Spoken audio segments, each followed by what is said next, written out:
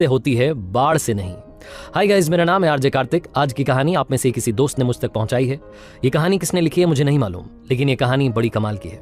ये कहानी एक महिला की जो लिखती है कि मेरी उम्र लगभग 50 वर्ष है और मैं एक ऑफिस में काम करती हूँ। मेरे घुटनों में दर्द रहता है, बड़ी समस्या होती है आने जाने में, लेकिन क्या करूँ, फैमिली चलाने के लिए, घर परिवार का खर्चा निकालने के लिए जॉब करनी पड़ती है।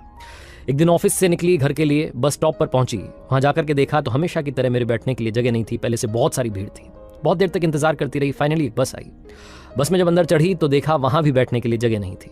अचानक से एक आवाज आई कि मैडम, आपके लिए सीट खाली है, बैठ जाइए। मैंने पीछे मुड़कर देखा तो मैडम कहने वाली जो थी वो एक मजदूरन थी। वो भी अपना काम खत्म करके ईंटें गारा ढोकर के शाम में वापस अपने घर के लिए रवाना हुई थी। मैंने गौर से देखा तो मुझे लगा कि चेहरा तो मेरे साथ में वहाँ बस स्टॉप पर खड़ा था। मैंने ध्यान ही नहीं दिया। मैंने उनका शुक्रिया अदा किया और कहा कि धन्यवाद भाई जी, आपने मुझे मौका दिया बैठने का।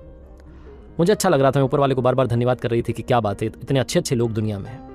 थोड़ी देर के बाद में मेरे पास वाली सीट पर एक महिला बैठी थी। उनका स्टॉप आ गया, उठ करके चली गई, सीट खाली हो गई। मैंने फिर से उनसे कहा कि बाई जी आकर के बैठ जाइए, लेकिन इस बार वो आकर के नहीं बैठी। सीट खाली थी। एक महिला और उस बस में खड़ी हुई थी जिनके हाथ में बच्चा था, रो रहा था। वो जो बाई जी थी उन्होंने उस महिला को सीट दे दी। थोड़ी देर के बाद में उनका भी स्टॉप आ गया, वो भी उतर करके चली गई। मैंने फिर से वो जो मजदूरन थी उनको आवाज़ दी, उन बाई जी को आवाज़ दी कि आइए बैठ जाइए। अब फिर से सीट खाली हो गई है, लेकिन वो मजदूरन एक पोल को पकड़ के धक्का मुक्की में खड़ी थी, वहाँ नहीं आ रही थी। अब की बार उन्होंने एक जो बुजुर्ग थे उनको भेज दिया और कहा कि आप जाकर के बैठ जाइए।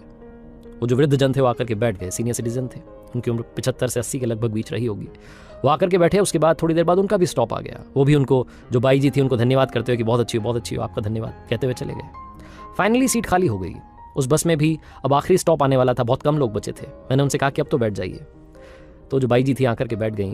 फिर मैंने उनसे पूछा कि एक बात बताइए, आपने मुझे बैठने का मौका क्यों दिया? सबसे पहले आपके पास तो सीट थी, आप तो आराम से बैठी थी।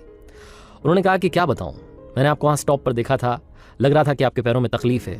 जब आप बस में चढ़ रही थी तब भी लग रहा था कि आप बड़े दर्द में हैं, तो मुझसे रहा नहीं गया, मैंने आपको बैठने के लिए जगह दे दी। फिर मैंने उनसे कहा कि 2-3 बार सीट खाली हुई, तब आप बैठ जाती। तो जो बाई जी थी उन्होंने कहा कि मैं बाद में बैठ जाती, लेकिन मैंने देखा कि एक बच्चा रो रहा था, उसकी माँ उसको गोद में लेकर के खड़ी थी, मुझसे देखा नहीं गया, मैंने उनको बैठने के लिए जगह दे दी। और उसके बाद में वो वृद्ध जन, वो बुजुर्ग जो कि खड़े थे, वो खड़े रहते और मैं बैठ जाती, अच्छा कैसे लगता। तो मैंने उन्हें बैठने के लिए मौका दिया, मुझे आशीर्वाद दे करके गए। तो मैंने उनसे पूछा कि आप ये रोजाना करती हैं, आज ही कर रही? तो उन्होंने कहा मैं रोजाना करती हूँ।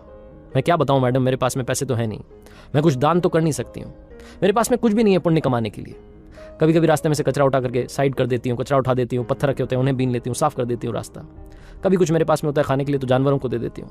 और यहाँ बस में मैं तो कर लेती हूँ मेहनत, मुझे कोई दिक्कत नहीं है। जब मैं देखती हूँ कि ऐसे लोग जा रहे हैं जिनको खड़े रहने में तकलीफ हो रही है, परेशानी में है, तो उनके लिए सीट दे देती हूँ। ये सीट कौन सा, हमें घर लेकर के जाना है। ये छोटी सी यात्रा जिसमें वो कहती हैं कि मैंने काफ़ी कुछ सीखा। और वो जो बाई जी थी जो मजदूरी कर रही थी, उन्होंने मुझे पता नहीं कितना बड़ा लेसन दे दिया। दुनिया में लोग कई बार सोसाइटी के लिए कुछ कर रहे होते हैं, लेकिन दिखावे के लिए कर रहे होते हैं। वो कहती हैं कि वो चुपचाप अपना काम कर रही थी, जितना बन पड़ रहा था, थोड़ा बहुत जो दूसरों के लिए कर सकती थी वो कर रही थी। और उन्होंने मुझे उस दिन सिखाया कि जिंदगी में आपके हाथ में जितना कुछ है, जितना कुछ आपके पास है, अगर आप वो खुशी बांट सकते हैं तो बांटिएगा जरूर। छोटी सी कहानी है, और ये बस जर्नी की कहानी हमें सिखाती है कि लाइफ में हम सबके पास में कुछ ना कुछ है जो हम शेयर कर सकते हैं। चाहे वो आपके पास में पैसा हो, आप किसी की मदद कर सकते हो, या आपके पास में कोई ऐसी चीज़ हो जो आप किसी के साथ बांट सकते हो, आपके पास ज्ञान हो जो आप बांट सकते हो। कई सारे टीचर्स हैं इस दुनिया में जो फ्री में बच्चों को पढ़ा रहे हैं। ऐसे कई सारे लोग हैं जो लगातार अपना काम कर रहे हैं बिना किसी शो ऑफ के। आजकल लोग थोड़ा सा दान करते हैं लेकिन हल्ला बहुत सारा करते हैं। ईमानदारी से अगर आप किसी की मदद करेंगे तो अपने आप ऊपर वाला आपकी मदद करेगा, क्योंकि आपको भी नहीं मालूम चलेगा कि कब ऊपर वाला बनकर आपके पास इंसान के रूप में आ जाएगा।